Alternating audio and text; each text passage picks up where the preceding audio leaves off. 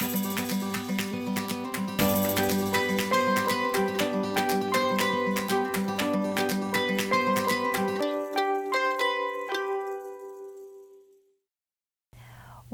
back to Between Two FARS.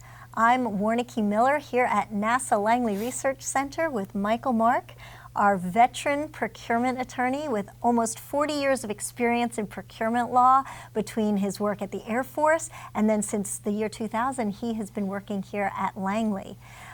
Today we're going to talk about a very special subject that has implications here at NASA because of our badgeless society, our blended workforce. You guessed it, we're talking personal services. Michael, can you just give us a definition of what personal services are in the procurement world? Yes, the FAR does define the term, and basically personal services are relationships that create an employer-employee relationship, where you're controlling, not just saying, I need this kind of work done, but you're telling people how to do the work. You're helping in the hiring and firing process, in the appraisal process, and the internal resource allocation of the contractor in terms of how they deploy their workforce. So you're getting into their management. And when you do that, you're creating this relationship that can lead to legal consequences, including we've actually have been sued on the claim that functionally I was a civil service employee and you violated my rights. And we've actually had litigation here at Langley on that.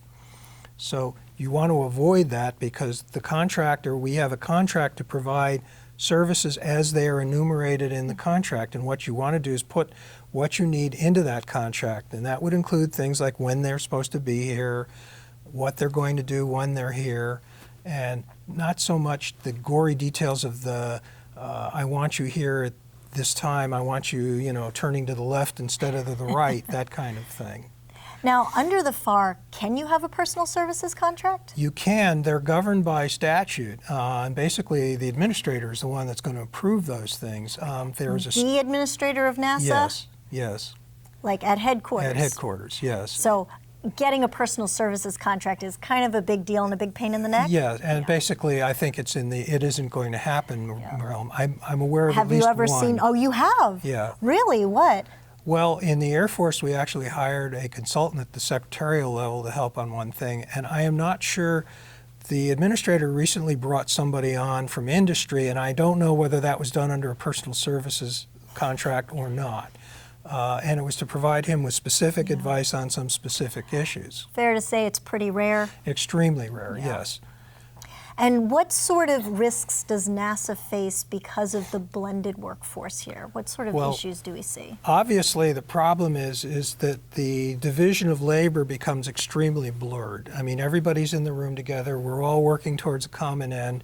And we wind up asking the contracting personnel to be doing things that aren't in their contract. Hey, I need you to do this study. Well, that's not what they were brought on to do. They were brought on to provide logistical support, say, but so-and-so knows this kind of stuff. Hey, can you do this for me? Yeah. Well, that's not in the contract, We also get situations where we are sharing information with the contractor that we probably shouldn't share. It's source selection information. It's proprietary to somebody else, and they may or may not have the necessary protections in place. Possibly it's classified. We've had instances where the contractor personnel are foreign nationals, so is there an export issue? So you need to be careful about those kinds of things.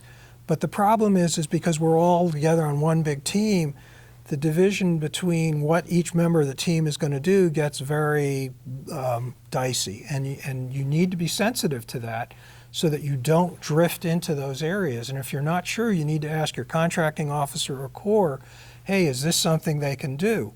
And occasionally our office gets brought into that as well.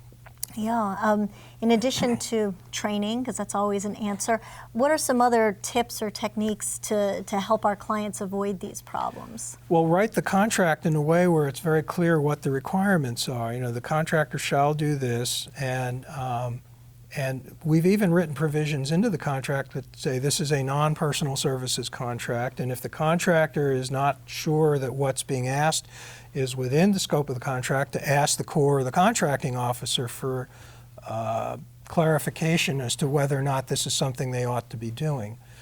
The other thing is just training and making sure people are sensitive and aware of that.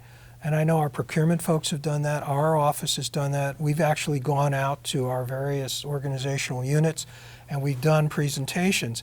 And sometimes we actually get a lot of pushback, well, but I can't do this job without them.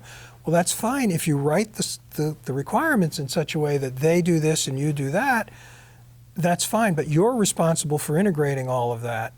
And you shouldn't be asking them to work after hours and all of that kind of stuff, at least not without clearing with your CO first. Yeah.